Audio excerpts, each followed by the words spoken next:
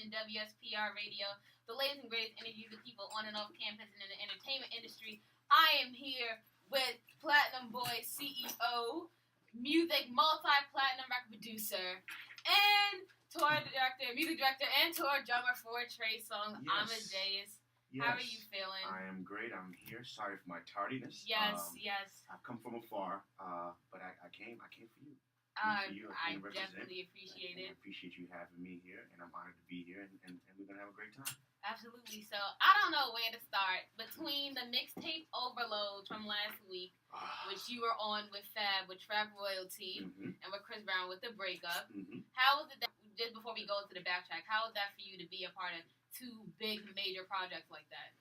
It's pretty cool. You know, I kind of got the call from Fab and his team, so I kind of had the heads up with that particular song, which is good. So I was actually prepared and very excited for the song to come out. And for that particular song, I didn't even hear the record. So when everyone else heard the record, I heard the record for the first time. So and I kind of like that. You know, I trust his team. I trust the engineer that was mixing the song, so I wasn't worried at all. So when it hit the world, you know, I kind of enjoyed it with everybody else. So that was a great experience. The Chris Brown joint was cool. I'm not gonna lie. The actual song was supposed to be featured on Royalty, so I was a little disappointed by that. You know, that I feel like that's a very monumental album for him. It's a breaking point. You know, with him having his daughter Royalty, and it definitely changed him as a man. Sure. You know, as you can see, he's doing some amazing things. He's very mature, and he matured into a man. And you know, I can respect that as a father, you know, so I really wanted to be on that album. Yeah. So when I kind of got the news, I think it was on Thanksgiving night, kind of got a hit from his team, was like, yo, you know, he's going to use the song for the mixtape. You know, people don't really know about it. You know, he's throwing it out the mall. And it was kind of like, okay. And then it was like, So I had mixed emotions. The song is great. Definitely a very emotional record of him explaining whatever he felt he needed to get off his chest. So I'm appreciative of that aspect. But what a lot of people don't know is, as a producer, you know, you don't really get paid off of and compensated off of mixtape records. So that's the downside of it. And you know, me being a father and having lights to keep on, you know, I don't really eat from that. You know what I'm saying? So that's the cons of being on the mixtape. So I mean, it is what it is. You know, as a producer, I need to spread the word. That, you know, I produced that particular record in my team, and get the word out there, spread the word, because we also didn't get credit. Oh, really? So wait, how does it work with? I know basically been lots of going with ghostwriting and credit and producers. Right. So how does it go? Like with every track, you don't get credit, or is it basically more so for albums? That's where you really get the credit from. Yeah, more so albums you get credit. You know, you can open up the CD cover if you're buying the CD. You can kind of see the digital print, you know, on iTunes if you're buying it off iTunes.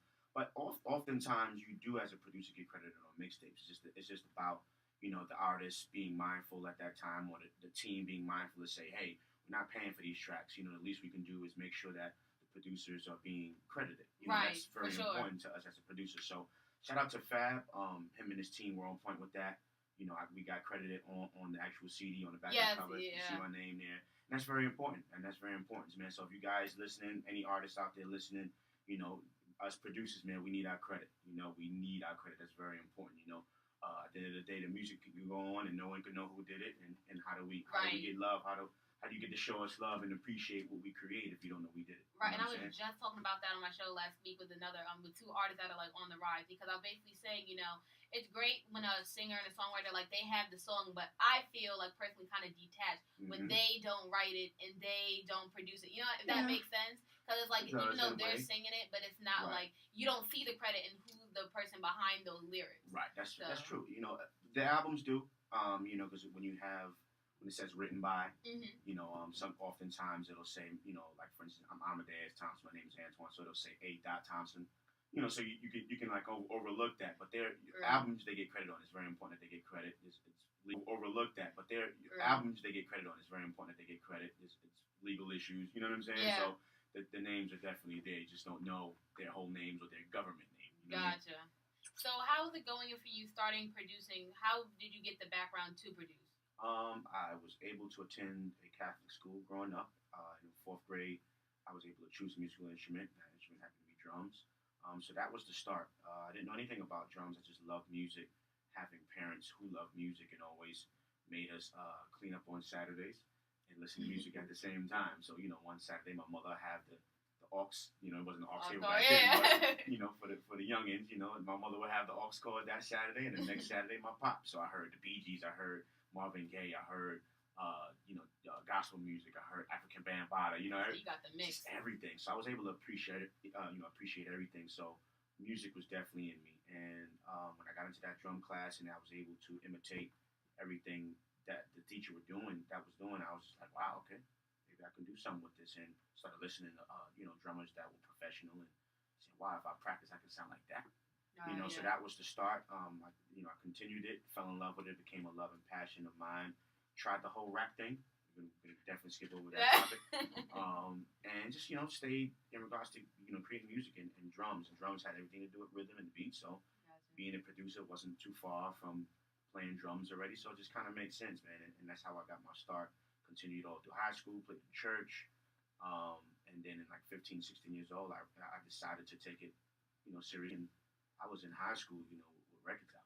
You know what I mean? Wow. So, and this brother right here, Mike Daniel, was part of this process. He was in the band class. I'm not going to tell which musical instrument he was playing. Why not? I've been blowing him up, everywhere we've been going, Paul. So I'm going to let him live today. It's raining out. He sacrificed, came, and put all this together. So I'm not going to blow him up on tonight.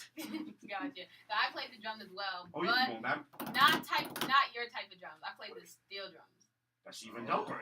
That's like a whole nother. That's notes. A little bit. So it's a switch. I tried to go for the drums, but it wasn't. I was like, let me just. So you know how to play these things? Yeah, I played since I was 7. So. I don't know how to play that. Really? Definitely. Okay, it's called the Pangar, but like that's when you go to practice. It's cool. And I'm starting to. It was actually Chance the Rapper's album that actually featured the steel drums into the tracks. Wow. And I got really hyped when I heard it. Was that you? No, I wish. I need the credit. No, please, no. I wish it was, but I think that'd be great too. I think steel drums starting to be incorporated a lot of more music. Yeah. Now you have anything? Now, what's your background? I'm Trinidadian and Jamaican and African American. Yeah. Yeah, I got the mix of everything else. Star. Yeah, I always got a pair of sticks somewhere in the dorm room, my room. Nice. Yeah. Nice. Okay. Don't know that. Yeah. Okay. Feature tracks. No, I'm Okay. kidding. The regular ones. So going into a live band, I know you mentioned before you're music director and tour drummer for Trey Songz. Mm-hmm. Now I know, me personally, I feel like a live band's important. Because I feel like when you hear a regular, like you hear the song play in its performance, you hear the background dance, like it's cool, but I feel like hearing that hard bass and like the background, like it has that bigger effect to it. So how do you personally feel about having a band on tour? I agree. To me, it how do I say it? I'm going blank. I just think what you can do is endless. Like, for instance, if we're up there performing a song with Trey and he's doing like a slow motion or heart attack or dive in, like you said, if you're performing to a track, the track ends. Right. It's the same way the verse, the hook, the verse, the bridge it's exact how you heard it on the album. And the difference between having that and a live band is like we can do the second verse again. We can make the bridge longer. Once the song ends, we can continue. It can just be him and piano, or it could be him and just the guitars. So it's so many different things you can do and vibes that you can create, while having a live band. Trey, we was doing Neighbors Know My Name, and I guess he was feeling it, and we did the verse like 3 times. Oh yeah, yeah. You know what I'm saying? Like, hold on, let's do it again. You know what I'm saying? And it's not even about him saying let's do it again. We've been working with each other for so long, like we really know each other very well. So you I can kind of look and see the body language and say, okay, he's going to do this again. Like verse 2 again, guys. I have a microphone that I use as I play drums that is heard by the band, that's heard by Trey, that's heard by the engineers, that's heard by the lighting director. So everybody. I always wanted to know that too. I was like, I'll see it like cue back up, and I'm like, okay, I know Trey can't give it like hand signals. Like, all right, start it up. I'm like, how do they know that? As a music director, I'm guiding everyone, even Trey. When Trey's out there and he's in a zone, he's performing. You got thousands of girls screaming. You can get distracted. Yeah. So my job as a music director is just keep everybody in sync. I remind him when things are coming, when what songs are up next, what part of the song we're at, because you can figure it. Like, we're going to verse 2 right now. You know what I mean? This is stuff, some of the stuff that I say, during performances to make sure that we're all on point. So So how's the rehearsal process? Like, let's say, like, Between the Sheets tour. How many months in advance did you have to prepare for that, like, musically? I know it's the whole setup, too. Not a lot. We're I must say, and it's a blessing, we're very special. Our team is a very special, unique unit. We're not the guys that spend endless hours and days, preparing. We're really, really vibey. So for tours, we definitely have to put a lot more into it, especially the Between the Sheets tour. Us going out with Chris, we had to make sure, right, we got our stuff together. You know what I mean? So that took some time. Just deciding on what songs to perform, how long to perform them, the order. There was times where we open up the show, I think, for 20 minutes, and then Chris comes, and then we come. Chris and Trey, performs together, doing songs back to back. So deciding all of those pieces is really what takes the time. And once you kind of get an understanding and decide on what it is you want to do musically, then the rest is magic. You know what I mean? That's just the preparation of, because he has so many songs. So how you decide, okay. So do you get into the fact of like deciding the songs too, or is that more so him? Oh no, definitely. That's my job as well. Like all of these one-off shows we do. We just got back from Africa. We're going back to Africa again. We did Essence Fest. We did BT Awards. So all of these shows, iHeartRadio, a festival. They'll give me a time. Here we got 30 minutes. We got 45 minutes. We got an hour. We got 30 minutes. We did Summer Jam, and I basically put together a set list according to who I feel the audience is going to be out there. The age, whether it's grown and sexy, whether it's like Essence Fest is grown and sexy. Mama's going, grandma going. So like Essence Fest is grown and sexy. Mama's going, grandma going. So I don't want them pumping and talking crazy. While they're there. You want to be respectful. I mean, it is a song. He is a grown man, but you want to be respectful and mindful of what your audience or who your audience is. So that's the process that can be a little bit challenging. But once we decide, he trusts me at this point, for whatever I put in front of him musically or set list wise. And if he feels a certain kind of way, or if he is in a certain mood or vibe, then he might switch something around, or add a song or dismiss a song. But a lot is done right on the spot. Gotcha. We'll have a set list, and that's always subject to change. He has a microphone that that he can communicate with us as well, and he might be like, I skipped that, or let's move forward to this one. The crowd ain't really moving, so communication throughout shows, is very important. A lot of people don't even know that we're able to do that. Yeah, I definitely didn't know. Very important. Imagine if he's all the way out there and we're doing Summer Jam, it's like 70,000 people, and he don't want to do that song, and he would have to come all the way back. Yeah. He's gotta you gotta be very attentive. Signals are given. You just don't notice them.